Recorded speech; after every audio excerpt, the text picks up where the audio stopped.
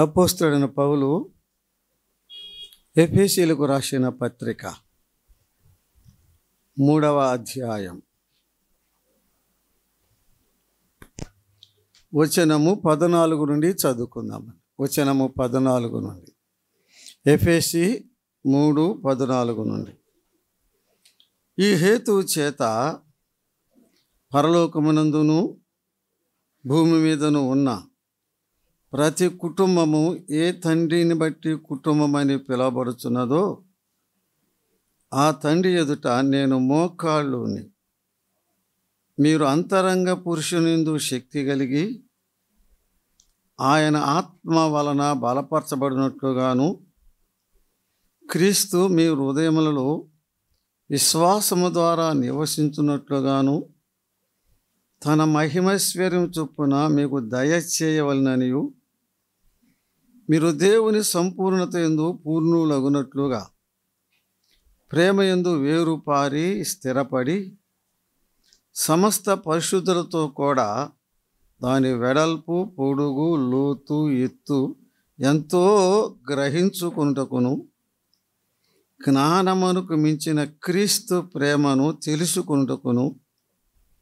తగిన శక్తి గలవారు కావాలని ప్రార్థించుచున్నాను. మనలో కార్యసాధకమైన తన శక్తి చొప్పున మనము అడుగు వాటన్నిటికంటేను ఊహించు వాటన్నిటికంటేను అత్యధికంగా చేయ శక్తి గల దేవునికి క్రీస్తు యేసు మూలముగా సంఘములో తరతరములు సదాకాలము మహిమ కలుగునుగాక. ఆమేన్. దేవునికి స్తోత్రం చెల్లిస్తున్నాము. ఇద్దరు దేవుని దాసుల ద్వారా శ్రేష్టమైన సందేశములు మనం విని మేలు పొందే భాగ్యము దేవుడు మనకు దయచేసినందులకై దేవునికి స్తోత్రములు చెల్లిస్తున్నాం. పౌలు భక్తుని యొక్క జీవితంలో నుండి కొన్ని పాఠాలు మనం ధ్యానం చేస్తున్నాము. పౌలు యొక్క స్తుతులను గురించి నిన్న కొంత ధ్యానం చేశాం. పౌలు యొక్క స్తుతులు, పౌలు యొక్క ప్రార్థనలు, పౌలు యొక్క కన్నీరు, పౌలు యొక్క భయములు, పౌలు యొక్క శ్రమలు, పౌలు యొక్క ఆనందములు, పౌలు యొక్క హెచ్చరికలని మనము వాటిని గురించి కొద్దిగా ధ్యానం చేస్తున్నాం. నిన్నటి దినమున పౌలు యొక్క స్తుతులను గురించి మనం ధ్యానం చేశాం. ఈ సమయమున పౌలు యొక్క ప్రార్థనలు అనే అంశం కొద్దిగా ధ్యానం చేద్దామండి. కొద్దిగా అంటే ఇంకెంతో ఉంది అని కాదు, నాకు తెలిసింది కొద్ది.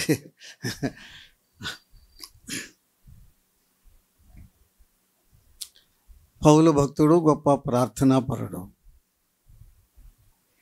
నేను దివారాత్రులు మీ కొరకు వేడుకొనుచున్నానని తెస్సలోనిక పత్రికలో పౌలు భక్తుడు తెలియజేస్తున్నాడు. వేడుకొనుచున్న కాడ ప్రేయర్ అనే ఉంటుందండి, ప్రే అని. ఆయన గొప్ప ప్రార్థనాపరుడు. పౌలు ప్రార్థనలు ఒక అంశం. చెరసాల్లో ఉండి పత్రికలు రాశాడు. ఎఫెసీ, కొలసీ, ఫిలిప్పీ పత్రికలు, ఫిలోమోను పత్రిక, ఇవన్నీ చెరసాల్లో ఉండి రాశాడు. ఆ చెరసాల్లో ఉండి ఆయన ప్రార్థన చేశాడండి. ఎక్కడుండి? చెరసాలలో ఉండి ప్రార్థన చేశాడు. చూడండి, 3వ అధ్యాయం 1వ వచనం అండి. 3వ అధ్యాయము 1వ వచనం. ఈ హేతువు చేత అన్యజనులైన మీ నిమిత్తము క్రీస్తు యేసు యొక్క ఖైదీని. ఎవరంట? ఖైదీలు ఎక్కడుంటారు? చెరసాల్లో ఉంటారు. పౌలు భక్తుడు చెరసాల్లో ఉండి ప్రార్థన చేస్తున్నాడు. పత్రికలు రాశాడు, ఉత్తరాలు రాశాడు అన్నమాట. చెరసాల్లో ఉండి ఎవరైనా మనకు ఉత్తరాలు రాస్తే ఏమని రాస్తారు? ఏమని రాస్తారు? భోజనం బాగాలేదంటే ఇప్పుడు నాకు చెప్పాడు కదా, తిండిపోతా.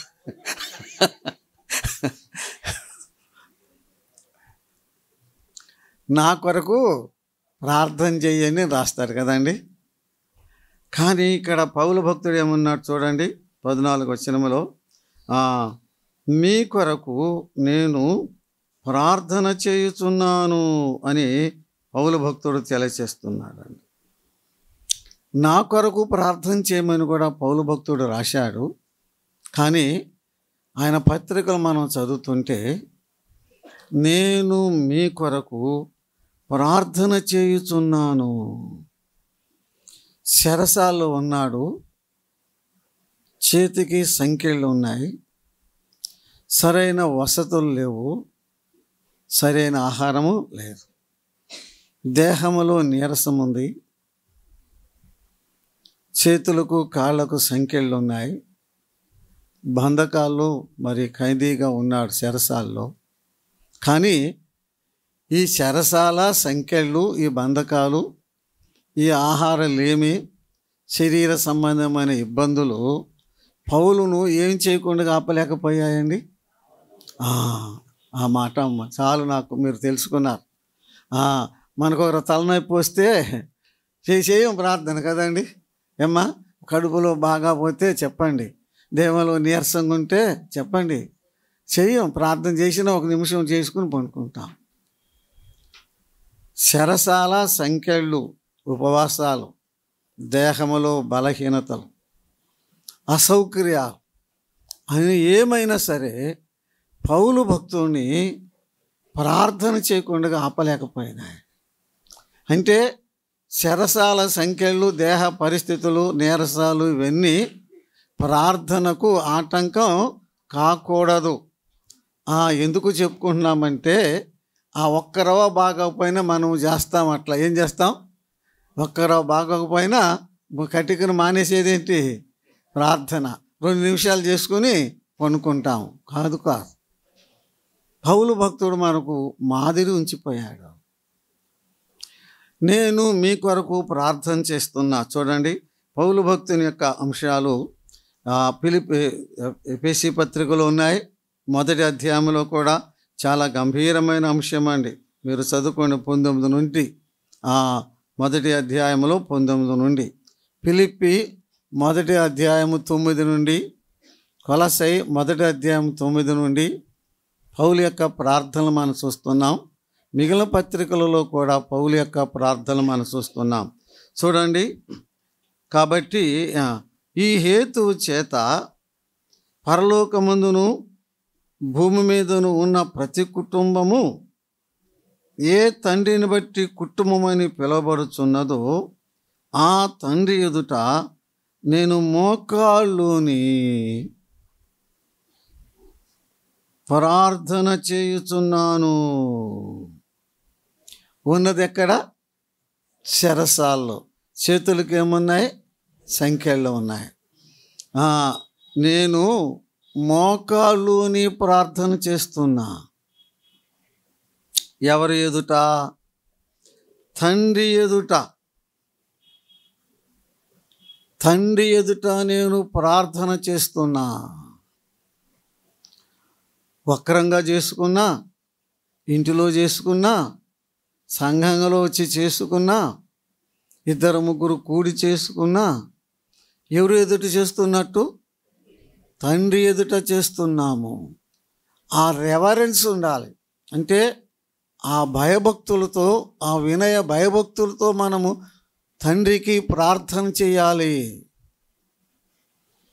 ప్రార్థన చేయటం ఆషామాషిగా చేయకూడదు, అయినట్టు పోయినట్టు చేయకూడదు, ఏదో ఇట్లా ఈజీగా లేకపోతే అట్లా ఉండి చేయకూడదు. ప్రార్థనలు ఎవరికి చేస్తున్నాం అది ముందు తెలుసుకుంటే చాలా గంభీరం. ఎవరికి? తండ్రికి చేస్తున్నాం. పరలోకముందున తండ్రికి చేస్తున్నాం. ఆ భావన మనలో ఉండాలి. ప్రతిసారి ప్రార్థన చేసిన ఆ యొక్క భావనతో, ఆ యొక్క వినయ విధేయతతో, ఆ యొక్క రెవరెన్స్, ఆ మాటకు తిరిగి దొరకగా రెవరెన్స్ అంటున్నానండి, గౌరవ ప్రవృత్తులతో, పూజనీయం అనే మాట ఉంటుంది. పూజనీయమైన భావముతో తండ్రికి ఎప్పుడు చేసినా, 5 నిమిషాలు చేసినా, 5 గంటలు చేసుకున్నా అలాగనే చేయాలి. తండ్రి అయిన దేవుని ఎదుట మోకాళ్ళుని ఏం చేస్తున్నాడు చెప్పండి? ప్రార్థన అనేక విధాలుగా చేశారండి. ఆదికాండం 18వ అధ్యాయంలో అబ్రహాం ఇంకను యెహోవా సన్నిధిని నిలుచుండెను అని ఉన్నదండి. ఏమంది? నిలుచుండి, తండ్రి 50 మంది ఉంటే కాపాడవా అంటున్నాడు కదా. నిలుచుండి ప్రార్థన చేశాడు. సమూయేలు 2వ గ్రంథం 7వ అధ్యాయంలో ఇంటిలో ప్రవేశించి దేవుని సన్నిధిలో కూర్చుండి ప్రార్థన చేశాడు. ఎలా చెప్పండి? కూర్చుండి ప్రార్థన చేశాడు. ఎవరు? దావీదండి. ఇక్కడ పౌలు ఎలాగ ప్రార్థన చేస్తున్నాడు? మోకరించి ప్రార్థన చేస్తున్నాడు. ఈ అనేక విధాలుగా అనేక పోస్చర్స్ అంటారు, ఆ అనేక భంగిమలతో ప్రార్థన చేయొచ్చు. కానీ అన్నిటికంటే ఉత్తమమైన విధానం ఏంటంటే మోకరించి ప్రార్థన చేయుట. మోకరించి ప్రార్థన చేయుట. గెత్సెమనే వనములో మన ప్రభు మోకరించి ప్రార్థన చేశాడు. అపోస్తలుల కార్యం 22వ అధ్యాయం ఆఖరులో పౌలు మోకరించి ప్రార్థన చేశాడు. దానియేలు గ్రంథం 6:10లో దానియేలు మోకరించి, చెప్పండి, మోకరించి ప్రార్థన చేశాడు. ఎలియాజరు అబ్రహాము ఒంటెలు ఏం చేసినాయి? మోకరించాయి. ఉత్తమమైన పద్ధతి, ఉత్తమమైన ఆ విధానం మోకరించి ప్రార్థన చేయుట. తండ్రి అయిన దేవుని ఎదురు చేస్తున్నాము, గడగడలాడుతూ చేసుకోవాలి, భయభక్తులతో చేసుకోవాలి, పూజనీయమైన గౌరవ భావంతో చేసుకోవాలి. నా తండ్రి ఎదుట ఉన్నాననే ఆ యొక్క ఉద్దేశంతో చేసుకోవాలి. మోకరించి ప్రార్థన చేస్తున్నాను అన్నాడు. చూడండి అంశాలు ఒక్కొక్కటిగా. ఏంటి? మీరు అంతరంగ పురుషునియందు శక్తి కలిగి ఆత్మ వలన బలపరచబడినట్లుగాను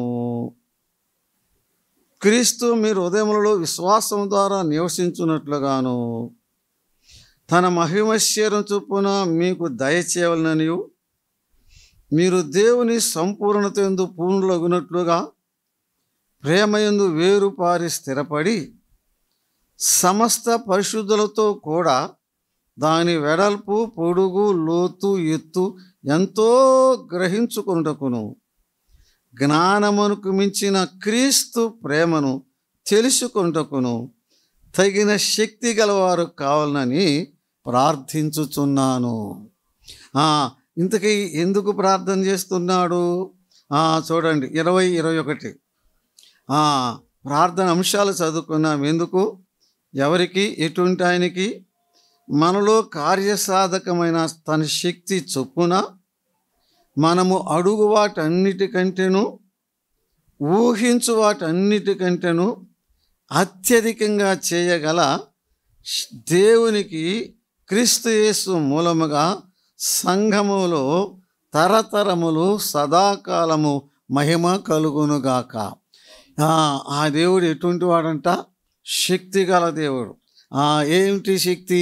అడుగు వాటి కంటేను ఊహించు వాటి కంటేను అత్యధికంగా చేయ శక్తి గలవానికి మనం ప్రార్థన చేస్తున్నాం. అనుమానం వద్దు, సంశయం వద్దు. ఒక ఆయన ఇలా పాడే గానం చేశాడు, అడుగుతున్నది కొంత, అడగకున్నది ఎంతో. ఎప్పుడో రాశాడు 70 ఆ ప్రాంతంలో శ్యాంబాబు గారు. అడుగు వాటి కంటేను ఊహించు వాటి కంటేను అత్యధికంగా చేయ శక్తి గల దేవునికి యేసుక్రీస్తు ద్వారా మహిమా స్తోత్రము చెల్లిస్తున్నానన్నాడండి. సొలొమోను అడగల. సొలొమోను అడిగింది ఏంటి? సొలొమోను నీకేం కావాలి కోరుకున్నాడు కదా. ఏమన్నాడు? ఏం కోరుకున్నాడు? నాకు జ్ఞానం ఏమన్నాడు. అంతే. దేవుడు ఏమన్నాడు?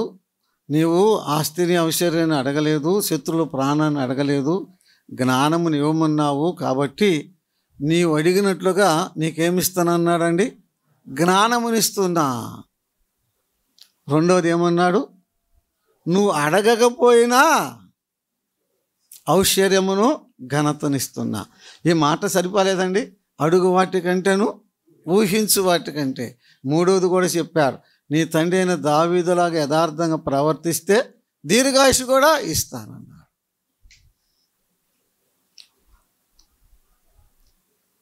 యాకోబు మంచంలో ఉన్నాడు. యోసేపు తన ఇద్దరు కుమారులు తీసుకుని వచ్చాడు తండ్రి దగ్గరికి. చూపు సరిగా లేదు. వీరెవరు నాయన అన్నాడు. వీరు దేవుడు నాకు ఇచ్చిన కుమారులు అన్నాడు యోసేపు. అంటే యాకోబుకి ఏమవుతారు? మనవాళ్ళు కదా. నా దగ్గరికి తీసుకురా నాయన అన్నాడు. వారిని దగ్గరికి తీసుకొచ్చాడు. యోసేపు వైపు చూస్తూ, నా కుమారుడు యోసేపు, నీ ముఖం చూస్తాను అనుకోలేదురా. దేవుడు నీ సంతానాన్ని కూడా చూపించాడు. ఊహించు వాటికంటే చెప్పరే అత్యధికంగా అసలు యాకోబు ఊహలోనే లేదు. అసలు ఏమి లేదు. యోసేపును చూస్తానని యాకోబుకు అసలు ఆశే లేదు.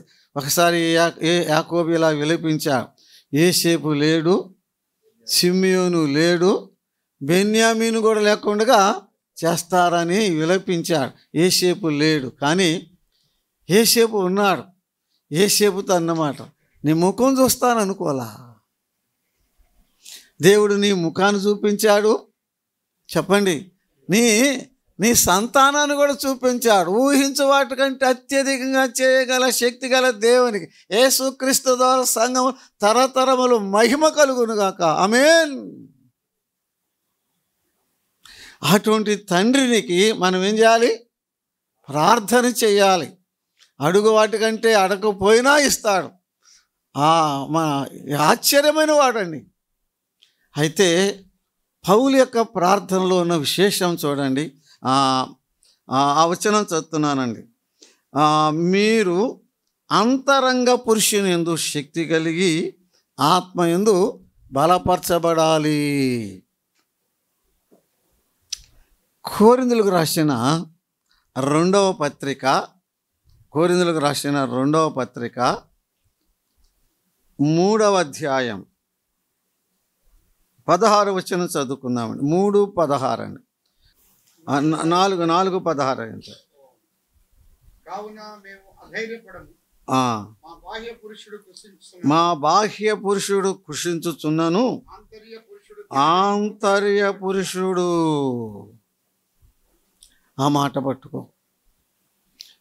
ప్రతి విశ్వాసిలో ఇద్దరు వ్యక్తులు ఉంటారంటున్నాడు, ఇద్దరు పురుషులు ఉంటారంటండి. ప్రతి విశ్వాసిలో ఎవరుంటారు? ఇద్దరు ఉంటారు. ఒకరు బాహ్య పురుషుడు, మరి ఒకరు ఆంతర్య పురుషుడు. బాహ్య పురుషుడు అంటే ఎవరు? ఈ శరీరం. బాహ్య పురుషుడు అంటే ఎవరు? శరీరం. ఆంతరంగ పురుషుడు అంటే లోపలున్న ఆత్మ. అదే పౌలు చెప్తున్నారు, మా బాహ్య పురుషుడు. ఒక ప్రతి విశ్వాసలో ఇద్దరు పురుషులు ఉన్నట్లుగా లేఖనం తెలియచేస్తుంది. బాహ్య పురుషుడు, అంతరంగ పురుషుడు అంటే లోపల. అమ్మో, లోపల ఒకడు ఉన్నాడని నీకు తెలుసా? లోపల ఒకడు ఉన్నాడు, అంతరంగ పురుషుడు. పౌలు ప్రార్థన ఏమని చేశాడు?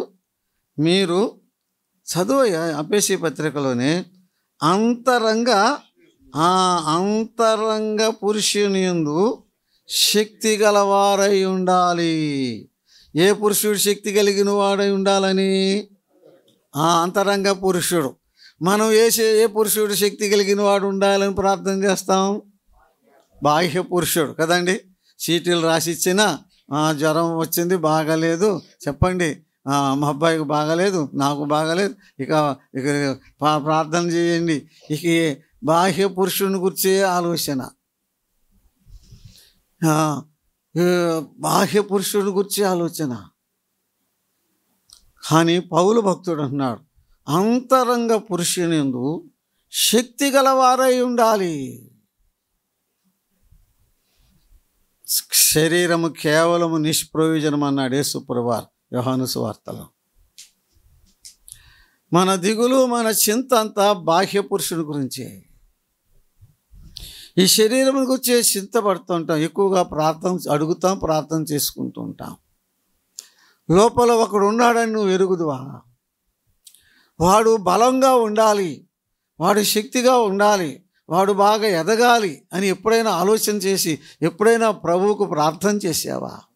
నాలో ఉన్నవాడు చిక్కిపోతున్నాడు ప్రభువా, నాలో లోపల వాడు ఏమైపోతున్నాడు, చిక్కిపోతున్నాడని ఎప్పుడైనా అసలు నీకు దిగులుందా, చింత ఉందా, వేదన ఉందా?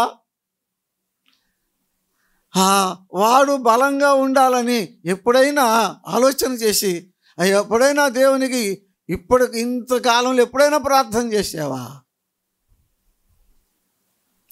చాలా సంవత్సరాల క్రితం ఒక 15 సంవత్సరాల క్రితం శనిగంజం గాబ్రియల్ గారి సంఘం ఉంది కదా, లింకన్ వాడు, అక్కడికి వెళ్ళానండి. కూడిక అయిపోయింది. ఆ రాత్రి కొంతమంది తీర్మానం చేశారు, ప్రార్థన చేశాను, అమ్మ వందనాలు అన్నాను. ఒక ముసలమ్మ వచ్చి నుంచుందండి. బాగా ముసలమ్మ. ఇక ముసలోళ్ళు ఎందుకు వస్తారు, ఎందుకు చేయమని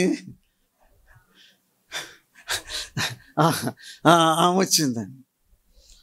నేను అనుకున్నాను ఏం కూడా నమ్ముకుంటుంది కావాలి అనుకున్నా. అమ్మ నువ్వు కూడా తీర్మానం చేస్తావంటే అక్కడ ఉన్న ఆయన అన్నాడు, అసలు ఓల్డ్ బిలీవర్ అన్నా ఈమె సంఘంలో అసలు మొట్టమొదటి నమ్ముకున్న వాళ్ళు ఈమె కూడా ఉన్నది, ఈమె ఓల్డ్ బిలీవర్ అన్నాడు. అమ్మ మరి ఎందుకు వచ్చావమ్మా, ఎందుకు ప్రార్థన అంటే, అయ్యా నా లోపలోడు బలంగా ఉండాలని ప్రార్థన చేయండి. నాకు సిగ్గేసిందండి, నాకు సిగ్గుపడ్డానండి. ఆమన్న మాట, నా లోపలోడు బలంగా ఉండాలని ప్రార్థన చేయండి. ముసలమ్మ, నడవలేని ముసలం. ఆ మాట నా హృదయంలో నాటుకుంది. మీరు అంతరంగ పురుషునియందు శక్తి కలిగిన వారై ఉండాలి. ఆదికాండం 45వ అధ్యాయం 48వ అధ్యాయం మొదటి వచనాలు చదువుకుందామండి. ఆదికాండము 48వ అధ్యాయము చదువు. ఈ సంగతులైన తరువాత ఇదిగో నీ తండ్రి కాయలాగా ఉన్నాడని ఒకడు యేసేపుతో చెప్పాను. వెంట పెట్టుకొని పోగా ఇదిగో నీ కుమారుడైన యేసేపు నీ యొద్దకు వస్తున్నాడని యాకోబునకు తెలుపబడెను. అంతట ఇశ్రాయేలు బలము తెచ్చుకొని కూర్చుండెను. యాకోబు అవసాన కాలంలో ఉన్నాడు, అంటే ఇక చనిపోతాడన్నమాట. ఒకడు వచ్చి యేసేపుకు చెప్పాడు, మీ తండ్రి కాయలాగా ఉన్నాడండి, ఇయ్యాలో రేపు అన్నట్టు అనుకోండి. మా నాన్న ఇట్లున్నాడా, సరేలే నాకు ఇప్పుడు తీరిక లేదు. ఎందుకు లేదు, నేను ప్రధానమంత్రిని కదా, ఇదంతా అంతా ఉన్నది, పెద్ద ఉద్యోగం నాది, ఇప్పుడు నేను రాలేనులే, తర్వాత వెళ్తానులే పో అని చెప్పలేదు ఆయనకి. ఒక కబురు చేసిన వాడికి. ప్రధానమంత్రి అయినా ఏం చేశాడు, అన్నీ పక్కన పెట్టి తన 2 కుమారులను తీసుకుని తండ్రి అయిన యాకోబు దగ్గరికి వెళ్ళిన విధానం గంభీరమైనదండి.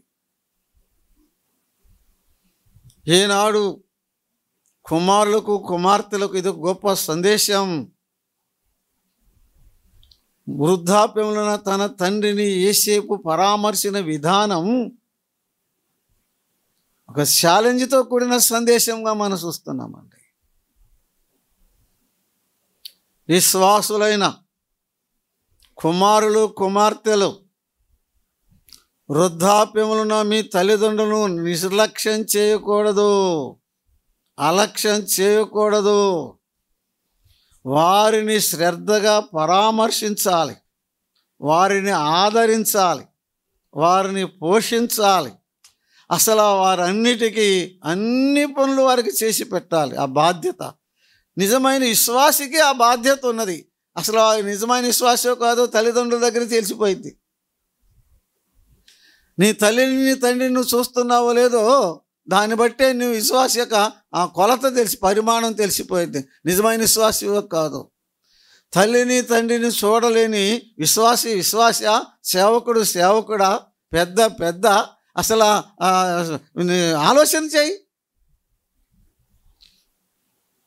ఆలోచన చేసుకుందాం. అంశమేది కాదు, ముందుకు సాగిపోతున్నాం. నీవు భూమి మీద దీర్ఘాయుష్మంతుడు అగునట్లుగా నీ తల్లిని నీ తండ్రిని సన్మానించు. ఇది వాగ్దానంతో కూడిన ఆజ్ఞ అన్నాడు పౌలు భక్తుడు. చూస్తున్నారా తల్లిదండ్రుల్ని? వృద్ధాప్యములు విడనాడుతున్నారా? వారిని పరామర్శించాలి, వారికి అన్నీ చూడాలి, వారి అక్కర్లన్నీ తీర్చాలి, వారి కన్నీరు తుడవాలి. యోసేపు, ఇదిగో నీ కుమారుని యోసేపు వస్తున్నాడని చెప్పింది ఎవరికి? చదువు. నీ కుమారుడైన యోసేపు చెప్పింది ఎవరికి? యోసేపు వస్తున్నాడని యాకోబుకు చెప్పారు కదండి. ఆ వార్త విని చదువు. అంతటా ఇశ్రాయేలు బలము తెచ్చుకొని కూర్చుంది ఎవరు? మంచంలో పడుకుంది ఎవరు? యాకోబు. అంతే. యాకోబు ఎక్కడ ఉండాలి? యాకోబు మంచంలోనే ఉండాలి. ఇశ్రాయేలు ఎక్కడ ఉండాలి? బలం తెచ్చుకొని కూర్చోవాలి. ఇంతకీ యాకోబు ఎవరు, ఇశ్రాయేలు ఎవరు? ఇద్దరా ఒకరా? చెప్పరేమ్మా, ఇద్దరు ఒకరా? ఒకరే. యాకోబు అంటేనేమో బాహ్య పురుషుడు, ఇశ్రాయేలు అంటేమో అంతరంగ పురుషుడు. యాకోబు కాయలా పడ్డాడు, ఇశ్రాయేలు బలం తెచ్చుకున్నాడు. మీరు అంతరంగ పురుషుని యందు శక్తి కలిగిన వారై ఉండాలని నేను మీ కొరకు ఏం చేస్తున్నా అన్నాడండి? ప్రార్థన చేస్తున్నా. మార్పు రావాలి. మన ప్రార్థనలో కూడా మార్పు రావాలి. ప్రార్థన విధానంలో మార్పు రావాలి. ప్రార్థన అంశాల్లో మార్పు రావాలి.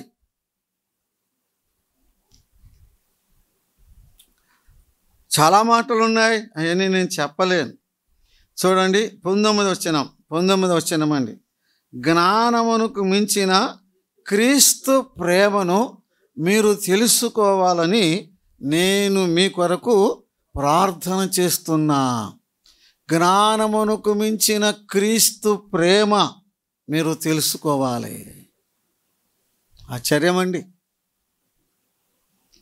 క్రీస్తు ప్రేమ అనే ఆ మాటలు, ఆ సముదాయం, ఆ ఫ్రేజు పౌలు భక్తుడు మాత్రమే వాడాడు. అది 3 సార్లే వాడాడండి. రోమాపత్రిక 8లో మనం చూస్తున్నాం, క్రీస్తు ప్రేమ నుండి మనల్ని ఎవడు ఎడబాపును. రోమాపత్రిక 8లో క్రీస్తు ప్రేమ నుండి మనల్ని ఎవడు ఎడబాపుతాడు. కొరింథీయులకు రాసిన 2వ పత్రిక 5వ అధ్యాయంలో క్రీస్తు ప్రేమ మమ్మను బలవంతం చేస్తుంది. క్రీస్తు ప్రేమ మమ్మను బలవంతం చేస్తుంది. ఇక్కడేమన్నాడు?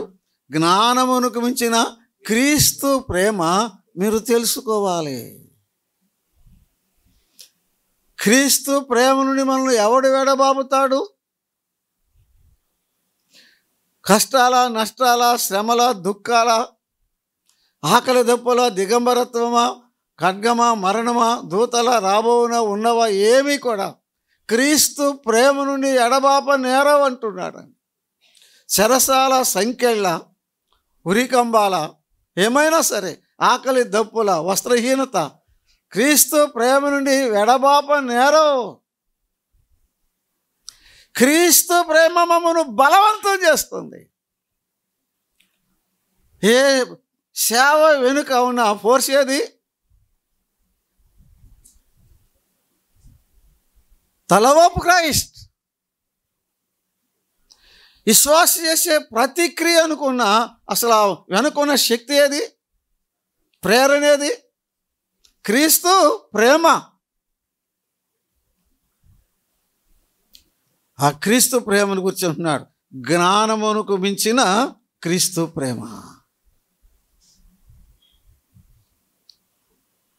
దాని పొడవు, దాని వెడల్పు, దాని ఎత్తు, దాని లోతు కదండి అక్కడ ఉన్న మాటలు కదా. దాన్ని మీరు ఎరగాలి. జ్ఞానమునకు మించిన, చూడండి, దాని వెడల్పు,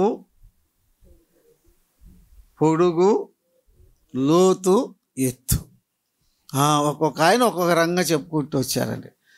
దాని పొడవు అంటే ఆకాశమంతా పొడవు అంట, లోతు అంటే పాతాళమంతా లోతు అంట, వెడల్పు అంటే విశ్వం అంతా వెడల్పు అంట, ఎత్తు అంటే నిత్యత్వం అంతా ఎత్తు అంట. ఇక మనకు తెలియదు. అమ్మ ఏం చెప్తాం, మీకు తెలియదు, నాకు తెలియదు. పొడవు అంటే చెప్పండి, ఆకాశమంతా పొడవు. లోతు అంటే పాతాళమంతా లోతు. వెడల్పు అంటే విశ్వమంతా వెడల్పు. ఎత్తు అంటే చెప్పండి నిత్యత్వం, నిత్యత్వం అంతా ఎత్తు అంట. దాని పొడవు, వెడల్పు, ఎత్తు, లోతు మీరు తెలుసుకోవాలి. క్రీస్తు ప్రేమ. ఒక ఆయన ఇలా చెప్పాడండి, విల్సన్ గారు చెప్పారు, భూమి మీద ఉన్న సముద్రాలు, నదులలో ఉన్న నీళ్ళన్నీ ఇంకైతే, భూమి మీద ఉన్న చెట్లన్నీ కలాలు పెన్నులైతే, ఇప్పుడు భూమి మీద ఉన్న 800 కోట్ల మంది కవులైతే, ఆకాశమే పేపర్ అయితే, క్రీస్తు ప్రేమను గురించి వివరిస్తూ రాస్తూ ఉంటే ఇంక్ అయిపోయిందంట. పెన్నులు పాలీలు ఏమైనాయి, అరిగిపోయినాయి అంట. ఆకాశం పేపరు చాలలేదంట. క్రీస్తు ప్రేమ, క్రీస్తు ప్రేమ రుచి చూసావా?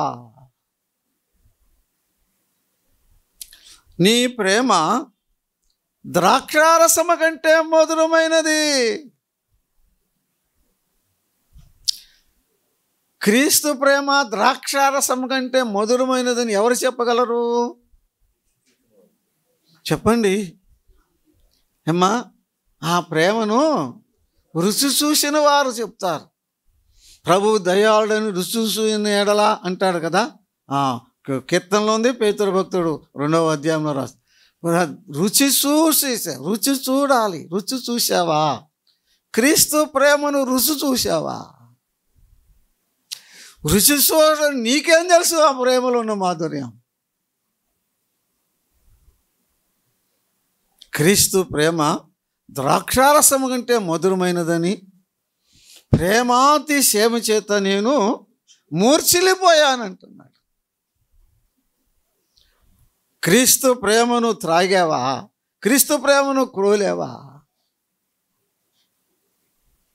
క్రీస్తు ప్రేమను త్రాగితే, క్రీస్తు ప్రేమను రుచి చూస్తే మనం ఇలా ఉంటామా? ఈ ఆత్మీయత, ఈ దరిద్ర స్థితిలో ఉంటామా?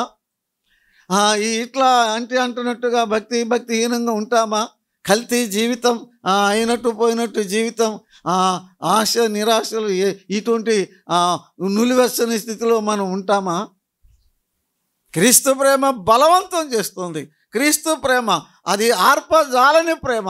నదీ ప్రవాహములు ముంచివేయజాలు, అగాధ జలములు ఆర్పజాలని ప్రేమ, ఆరని ప్రేమ, ఆర్పజాలని ప్రేమ. పాపిని వెతికిన ప్రేమ, సింహాసనం దించిన ప్రేమ, శిలువకు ఎక్కిన ప్రేమ, ప్రాణం పెట్టిన ప్రేమ, చెయ్యి చాపిన ప్రేమ, కుమ్మరించిన ప్రేమ, వెంబడించిన ప్రేమ, వెంటాడిన ప్రేమ, హత్తుకున్న ప్రేమ. క్రీస్తు ప్రేమ. దాని పొడవు, ఎత్తు, లోతు మీరు ఎరగాలి. అందుకని నేను నా తండ్రి అయిన దేవునికి ఏం చేస్తున్నా అన్నాడు, ప్రార్థన చేస్తున్నా. 19వ అధ్యాయం 19వ అధ్యాయం నుండి చదవండి. ఇక అది నేను చెప్పలేక నేను చదవలేదండి. ఫిలిప్పీయులకు రాసిన ఆ పత్రిక 1వ అధ్యాయము 9వ వచనం నుండి చదువుతున్నానండి. మీరు శ్రేష్టమైన కార్యములు వివేచము గలవారు ఒకటకు మీ ప్రేమ తెలివితోనూ సకల విధమైన అంతకంత అభివృద్ధి పొందవలనని మహిమయు స్తోత్రము కలుగునట్లు క్రీస్తు యేసు నీతి ఫలములతో నిండుకొని వారై క్రీస్తు దినమునకు నిష్కపటము కావాలని ప్రార్థించుచున్నాను. అయ్యా, అక్కడ ద్వారణాల్లో ఉన్న విశ్వాసులకి ఆహారం లేదయ్యా, బియ్యం ఇయ్యయ్యా, కందిపప్పు ఇయ్యయ్యా, బట్టలు ఇయ్యయ్యా అని ప్రార్థన చేయట్లా. అవి చేయట్లా ప్రార్థన. ఏం చేస్తున్నాడు? వారు నిష్కపటులుగా ఉండాలి, నిర్దోషులుగా ఉండాలి, నీతి ఫలములతో చెప్పండి, నీతి ఫలములతో నిండుకొని వారై ఉండాలి. ఒక్కొక్క అంశం గురించి ఎంతసేపు అయినా చెప్పవచ్చు. ఆయన రాశారని చెప్తే ఆయన ఎవరు? పింక్. ఇక అది నాకు తెలియదు, బ్రదర్ చెప్పినాడు నిన్న. ఇక అయితే ఆయన ఇంత పుస్తకమే రాసి ఉంటాడు. నేను ఇవన్నీ నేను చెప్పలేనమ్మా, ఊరక ఆ మాటల మీదట ఉంచున్నా. అందులో ఒకటి మనకు అర్థమయ్యేది, నీతి ఫలములతో నిండుకొని ఉండాలి. నీతి ఫలములని, వెలుగు ఫలమని, జీవ ఫలములని, ఆత్మ ఫలమని ఆ మాటలు ఆ దేవుని వాక్యములు మనం చూస్తున్నాం. నీతి ఫలములతో మనం ఎలా ఉండాలి? నిండుకొని ఉండాలి. ఒక చెట్టు నిండా కాయలు ఉన్నాయి అనుకో, ఎట్లా చూస్తారు? చెప్పరే, అబ్బాయి చూస్తారు, చూడండి చూడండి అంటారు. అలా నీతే ఫలముగా మనం చెట్టుని ఉండాలి, నీతి ఫలముతో ఫలించాలి. ప్రభువు ఫలములు కోరెను, ఆకలి అయ్యింది ప్రభువుకి. దూరమున చెట్టు కనిపిస్తుంది, అందూరపు చెట్టు. ఏమైనా దొరుకుతాయేమో అని వెళ్ళాడు. ఆకులు తప్ప ఏమీ లేవు, ఆకులు తప్ప ఏమీ లేవు. కాదు ఆకులు కాదు, ఫలాలు ఉండాలి. నీతి ఫలములతో నిండుకొని ఉండాలి అంటే ఒకే మాట, నీతిగా మనము బ్రతకాలి. ఎలా బ్రతకాలి చెప్పండి? నీతి లేని లోకంలో నీతిగా బ్రతకాలి. కొలస్సీలకు రాసిన పత్రిక, కొలస్సీలకు 1వ అధ్యాయం 9వ వచనమేనండి.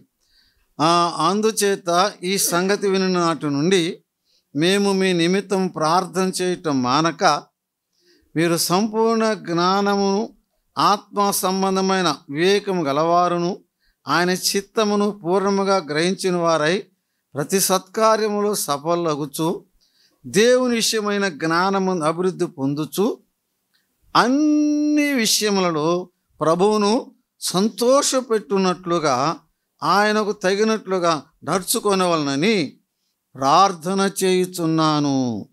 చదువుకోండి తర్వాత. ఆయనకు అన్ని విషయంలో ఏం చేయాలి?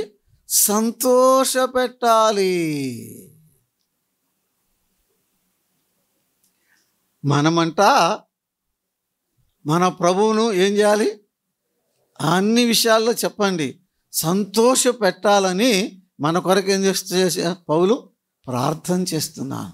నేను మీ కొరకు ప్రార్థన చేస్తున్నా. నీతి ఫలముతో నిండుకొని ఉండాలని నేను మీ కొరకు ప్రార్థన చేస్తున్నా. మీరు అన్ని విషయంలో ప్రభువుని సంతోషపెట్టాలని మీ కొరకు నేను ప్రార్థన చేస్తున్నా. ఒక చిన్న ప్రశ్న వేసుకో, నేను చేయబోయే పని నా ప్రభువుకు సంతోషం ఇచ్చిద్దా కాదా అని ప్రశ్న వేసుకో. ప్రశ్న వేసుకో. సంతోషమే అంటే చెయ్యి. ఎవరు చెప్పక్కర్లా, బైబిల్ అక్కర్లే, ఎవరు అక్కర్లే, పెద్దలు ఎవరు అక్కర్లా, నువ్వే. నేను ఒక చోటకి వెళ్ళబోతున్నాను, నేను వెళ్ళే స్థలము నా ప్రభుకి సంతోషమా దుఃఖమా ప్రశ్న వేసుకో. తెలిసిద్ది లోపల. సంతోషం అంటే ఎల్లు, కాదంటే ఆగిపో. ఒక మాట అనబోతున్నావు, ఒక మాట అనబోతున్నావు. అనే ముందు ఒక ప్రశ్న వేసుకో. ఏ ప్రశ్న? నేను అనే మాట చెప్పండి నా ప్రభుకి సంతోషమేనా, లేకపోతే నా ప్రభువుకు బాధ? అర్థమైద్ది.